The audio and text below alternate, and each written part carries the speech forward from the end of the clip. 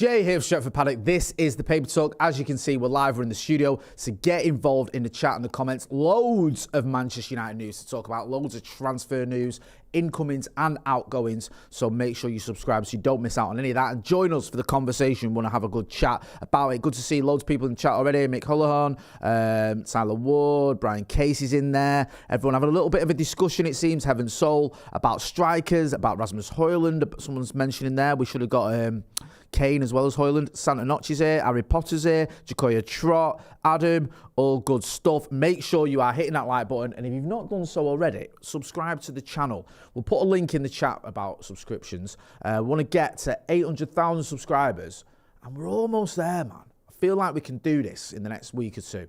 Like, let's get to 800,000 subscribers. King Eric says, get Gyökeres in. Mark Plays Game says, morning. Right, let's talk about, we're not get to Gyökeres later on. Let's talk about Mbeumo, because Bryan Mbeumo is the sort of the name that we're all waiting to see what's going to happen with. We've got Matheus Cunha. Bryan Mbeumo wants to come to Manchester United. He'll fit in at Manchester United. With the video with Carl Anka yesterday, where Carl Anka was talking about Bryan Mbeumo and how well he's going to do and how he can fit in. Me and Joe have spoken about this. We know what he brings to the team. The question is now, when are we going to get him? How are we going to get him? And if so, when? Well, this is in the Daily Mail. I think this was from last night with a little update in the early hours. It says United are preparing a revised bid for Brentford forward Bryan Mbeumo after their opening offer of £55 million was rejected. Brentford are pushing for more than £60 million, and United's opening bid was £45 million plus £10 million in bonuses. Mbeumo is seen as a key target for United, who are looking to improve their lacklustre squad after a dreadful campaign. We know all the stats there. We didn't score hardly any goals. 44 goals is pathetic. The 25-year-old, that's Mbeumo obviously, sees his contract expiring next year, although Brentford have an option to extend it by 12 months, and he could become United's next signing after Matheus Cunha. Now, this is the sort of the fly in the ointment, if you will. People going, he's got a year left on his deal, man, why are we paying 60 million? Well, he hasn't. They've got an option to extend it by a second year, so technically he's got 2 years. That is why you're going to have to pay a bit more for him. This isn't the same situation as you had with Mason Mount. With Mason Mount, his contract's expired in like 9 months, and we paid 55 million quid for him rather than waiting. This is slightly different, and I also think we need Mbeumo now. Either way, we don't want to wait. I don't think we can afford to wait. Brentford will end up selling him to someone else if United don't get him this summer. Newcastle was sniffing around him. They're all acting like, all their journalists are acting like, we didn't want him anyway. We were never going to pay him, what, 250k a week. He's been touted as being 250k a week for his wages, but again, if you scratch beneath the surface, I spoke about this yesterday, I think it's closer to sort of 175, 180 with a few add-ons, and I don't mind add-ons for wages. Add-ons are usually based on success. You usually get more money if you're scoring goals, winning trophies, finishing in Champions League positions. So usually if someone's earning that money, it means Manchester United are being successful, or they're doing well for Manchester United, or both. So I'm not a big, opponent of add-ons. I think that's usually a good way to go. And it's the same with the transfer fee. If it's 55 million plus 10 million add-ons, them add-ons will usually be when he's got us into the Champions League, or when United have, when he's played so many games or scored so many goals. That's usually a positive thing. You remember with Antony Martial, where there was that headline, wasn't there? What a waste of money. Where United bought him and it was like 50 million. And then obviously the chant 50 million down the drain, Antony Martial scores again. Or Tony Martial scores again. But it wasn't 50 million quid. It was like 30 odd. And then another 15 if he won the Ballon d'Or. And if we won the Champions League and all this other stuff that never happened. So you have to look at these transfer fees properly. And what happens is you'll get certain publications, certain outlets, who'll go, oh, United will spend so much on a player, and they'll add all the add-ons in that fee. For the wages, they'll add all the add-ons in for the wages, just to make it sound more dramatic. Oh, United have spent 38 million on Ahmad. Well, we didn't. We spent something like, I think it was like 18 on him or whatever, which is a lot of money for a kid who played an hour of football. But the rest was add-ons. So you have to look at these things and sort of get into the nitty-gritty of it all. Let us know what you think about the Mbeumo bid. Let us know what you think he's worth. How much should Manchester United pay? How much would you be willing to pay for the signing of Bryan Mbeumo? We know how good he is. We know he fits into the team. We've done all that. What's his value, though? What do you think his value should be? I think, personally. If we spend around a similar fee as what we spent on Mateus Cunha, I think that's fine. Once you start getting into 70 million, that's when I start worrying, because then it hits differently, doesn't it, as the kids say. Phil Berry says, Carl Anker's a proper dude. Joe's Kindle says, make McCullough happy again, sign Grealish. He's having a bit of a funny one, isn't he, Jack Grealish? He was pushing back on someone on social media, I think this morning was it, or last night, who was criticising his output and the amount of goals he scored. I think he said, I've scored 3 goals in my last 3 games over 45 minutes. What do you want, a hat-trick every 20 minutes or something? He's not really had the best of seasons, had he? Not had the best of sort of years, Jack Grealish. I think it was like at one point he had, was it 1 goal in 12 months or something? There was a time when it looked like he was going to come to Manchester United. However, he went to Manchester City, won titles there, and no doubt, and I think he was part of their treble-winning team as well. So there's no doubt in terms of what he won. It was successful. It worked. I don't see him ending up at Manchester United. I would have had him at United as well. I think he's a Manchester United type of player. I think he's a United fan. If you look at his old tweets, he was always bigging up United, but he went to City and now he's dead to me. Yeah, good to see other people getting involved. Santa Notch says, have the media describe the fee for Mbeumo in old Italian lira yet? Do you remember what it was like? What it used to be like? I don't know. You'll Notch will be able to tell me how many lira was in a pound. It was a lot anyway. Peter Higgins says, offer max of 55 million plus 5 million for Mbeumo. If Brentford refuse because they fancy a Maguire scenario, move on. So he's willing to walk away if Brentford want more than 60 million. Josh Lewis says, this is it. Jay, this is the big one. Santa Notch says it was 3,000 in a pound, 3,000 lira in a pound. Brian Casey says 55 million is undervaluing Mbeumo, if we're being honest. Chris Strava says Jay has add-ons in his Stretford Paddock contracts. Stretford Paddock contracts, what's one of them? Yeah, I have add-ons. That's why I'm on so many videos. I have to do 12 videos a day, otherwise I don't get paid. T2, the Izzo says, Jay, your commitment to going through every possible pronunciation of Mbeumo is impressive. Keep up the good work. I think I have. I think I've pronounced it every possible way. At one point, I was chatting to Carl before we went live this day, and he was mentioning the idea of just calling him Bryan. So I might just start doing that. Even then, I'll probably start calling him Brian at some point or something ridiculous. Let's talk about Antony and Leverkusen. So it says, Bayer Leverkusen are monitoring developments with Manchester United winger Antony, who is also wanted back at Real Betis. A move to Germany would see Antony link up with former manager Erik ten Hag for the 3rd time. The Dutchman brought Antony to United for 81 million quid in 2022, having signed him for Ajax 2 years earlier. He's being lined up as a possible replacement for Florian Wirtz, who looks set to move to Anfield. Liverpool have made a £109 million offer for the Leverkusen star, but they value him at 120 million quid. Top player in Wirtz. Liverpool doing bits already in this transfer window. It's really annoying. Makes sense. Ten Hag knows him. Ten Hag likes him. Doesn't seem to be too put off with the fact his time at United didn't work out. Had him at Ajax, brought him to Manchester United, played him pretty much for the first 18 months in every game, and then when things started to go drastically wrong, that's when he lost faith in him. But I think he could do a job at Leverkusen, done very, very well in La Liga. I think Antony showed at Real Betis why La Liga, and maybe you could argue even the Bundesliga suits him. I know it's a different league, but I think the standard's not that dissimilar. And why it doesn't work in the Premier League, because everyone was raving about him, and rightly so. He had a top time at Real Betis, scoring loads of goals, getting player of the match awards, getting loads of assists, helping them get to the Europa League final. I think, where did Real Betis finish? Did finish about 5th or something? I can't remember. We'll find out where they finished. Get involved in the chat and let me know. But then you saw the Europa Conference final, and he struggled, didn't he, against Cucurella. Cucurella just had him in his pocket. He just didn't really get going. And I think that was a kind of a reminder. Real Betis finished 6th. Kind of a reminder that maybe the Premier League's not for him. I know it was a European game, but it was against the Premier League team. So maybe going to Leverkusen with a manager that knows him would work. Real Betis, we're hearing, wanted to extend his loan move. I couldn't be more against that if I tried. We have to sell Antony. He's just had a fantastic loan spell. We don't need him to go out on loan again. We need some money. We can get money for him. Someone will have him. Someone will pay money for him. If that's Leverkusen, great. If it's Real Betis, great. Betis might struggle because they don't tend to spend a lot of money on players, and United would want, I'm guessing, around 25 to 35 million for him. If Leverkusen, who might be flush with cash because of the Florian Wirtz deal, have that kind of money, then fantastic. Get Antony, off you go. Let me know what you think. Get involved in the chat and the comments. Cowboy says, imagine being pocketed by Cucurella. Daniel Monk, says, bet it's not being able to afford Antony is the best possible scenario. Harry Potter says, get the likes in, people. Yep, get those likes in and get the subscribes in as well. There's a pinned comment in the chat.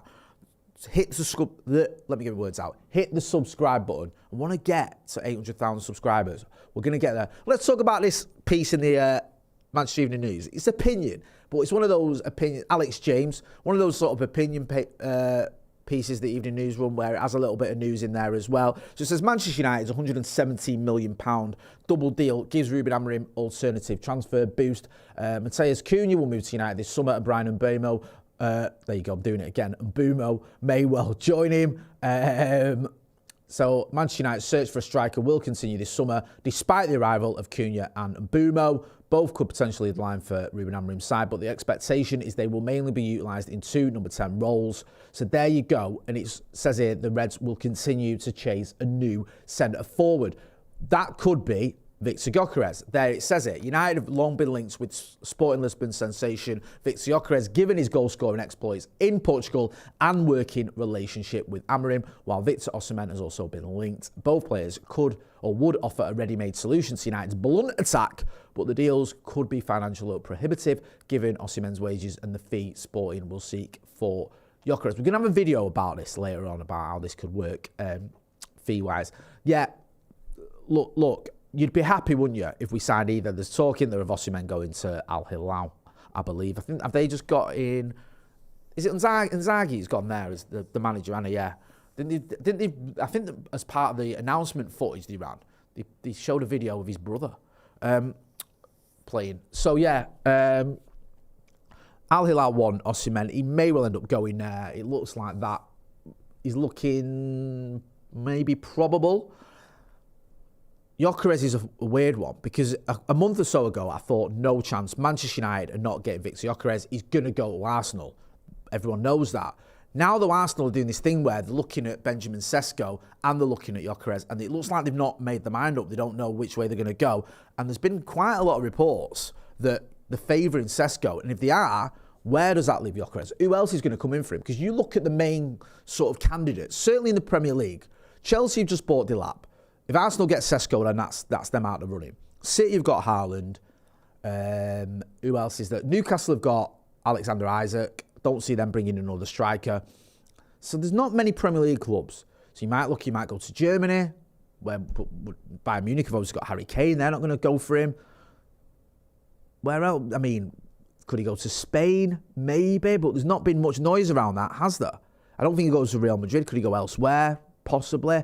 It doesn't feel like there's a lot of clubs being linked with Gyökeres. Now, he's such a goal scorer that almost any club would probably like to have him, but he's going to want to go somewhere where he starts every week, obviously. And there's also that slight doubt over him, just a slight doubt because of the league he's been in. He hasn't just scored 50-odd goals playing in La Liga or playing in the Premier League. If that had have happened and he was up for sale, I think you'd have any club would want him.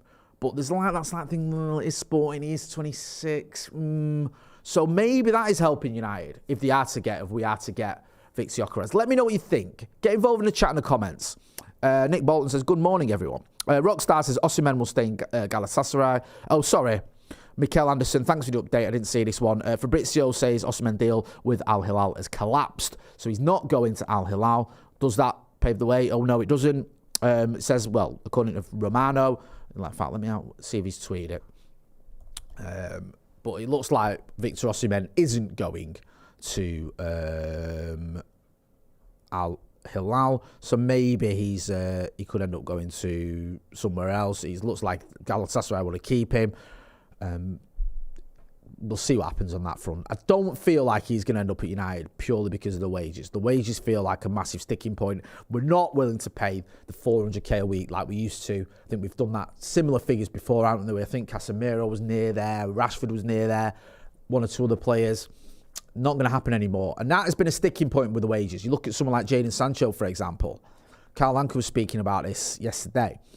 Jadon Sancho didn't stay at Chelsea because Chelsea wouldn't match his wages. And apparently Chelsea wouldn't get anywhere near his wages. I thought when I heard that the deal hadn't been struck with Jadon Sancho to Chelsea, they'd offered him like around 200k a week and he was on 250 or something like that. So that wasn't enough for him. Apparently they were offering him closer to 90k a week and he's on around 200 odd k a week. So he's miles away from where he wants to be. So United might be a little bit wary of that, and they should be wary of that because we've paid far too much in wages in the past.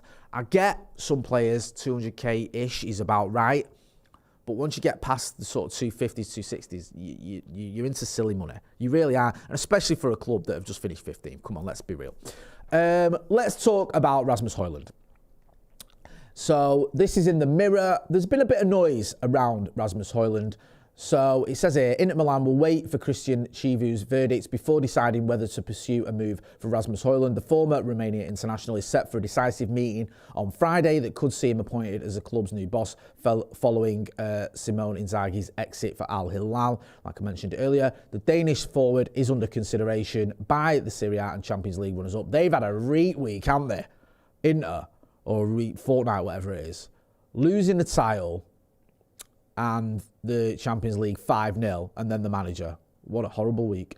In part due to the healthy relationship between his representatives and the hierarchy at the San Siro, but Inter Chiefs will wait for Chivu's arrival from Parma before choosing whether to advance a deal per reports in Italy. Let me know what you think about Rasmus Hojlund.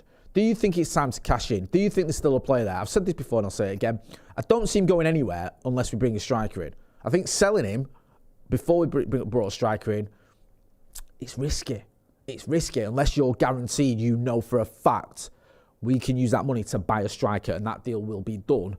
Because if you're just left with Xerxes, probably not a striker, and Cheeto, who's only 17, as your only two forward options, yes, you can say that if we get Mbeumo, he can play up front. But it's not ideal, is it? Let me know what you think. Loads of people in the chat. Sorry, I'm just trying to see. Glenn F says, shout out, morning Jay, and 4.5 years sober today. Shout out to me. Well done, Glenn F. That's a fantastic achievement. Always love to hear people doing well with the sobriety. Akash K says, Mitten reckons United will give Rasmus another chance with experience alongside him next season. Kind of makes sense, that. He's had one decent season and one terrible one.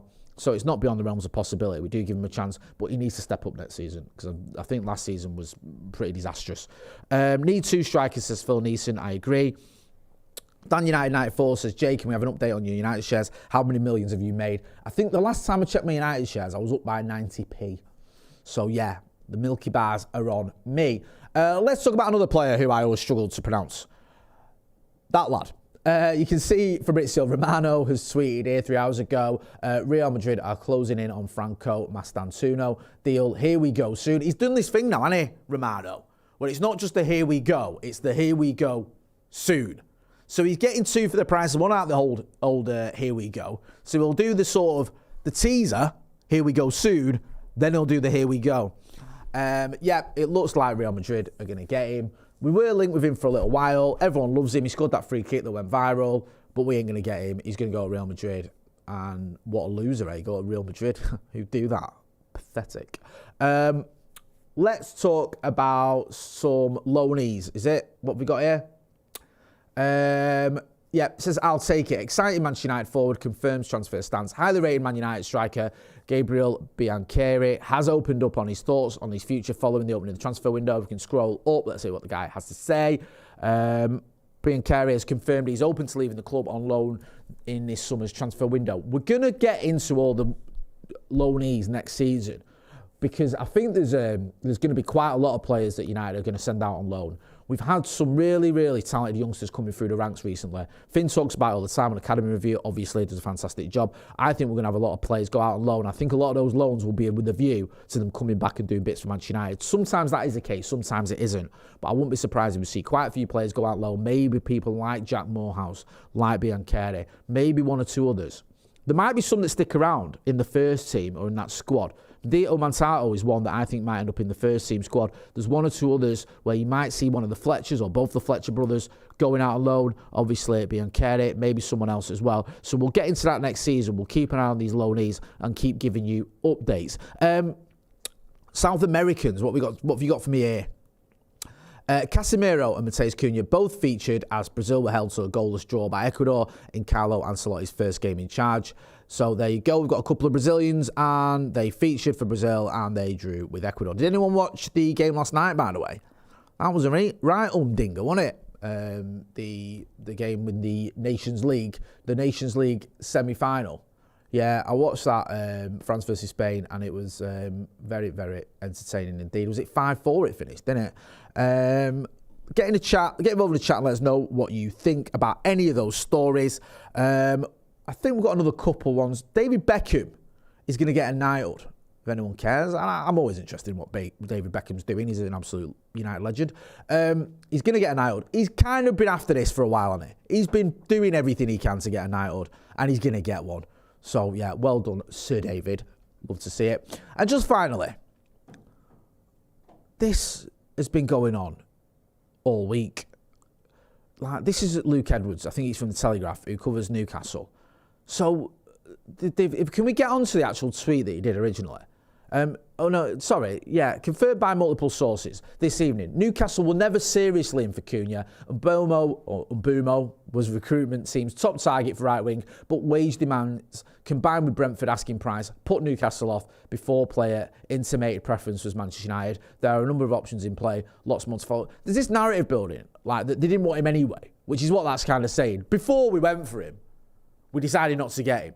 Before he said that he was going to go at United, we decided not to get him, and it's just getting really boring and sad. I keep seeing all these stories, like all these journalists that were saying a few weeks ago that Newcastle were in for him, in for Bryan Mbeumo, and now saying, well, they weren't actually.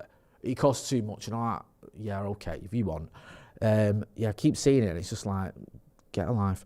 We're going to be back later on today. We'll keep you posted, as always, with what is happening with Bryan Mbeumo, what is happening with Victor Gyökeres, or any other strikers we are being linked with. Also, we're going to have a video looking at how we are going to fund any of this. How are we going to afford to pay for Bryan Mbeumo? How are we going to bring in Victor Gyökeres when apparently we have been struggling for funds? There's a link there in the chat. It's the pinned link to subscribe to the channel. Hit that subscribe button. We want to get to 800,000 subscribers, and we're almost there, man. So do get involved. Do hit that subscribe button. Do give us a like as well. I've been Jay Motti. This has been The Paper Talk. Thanks for watching.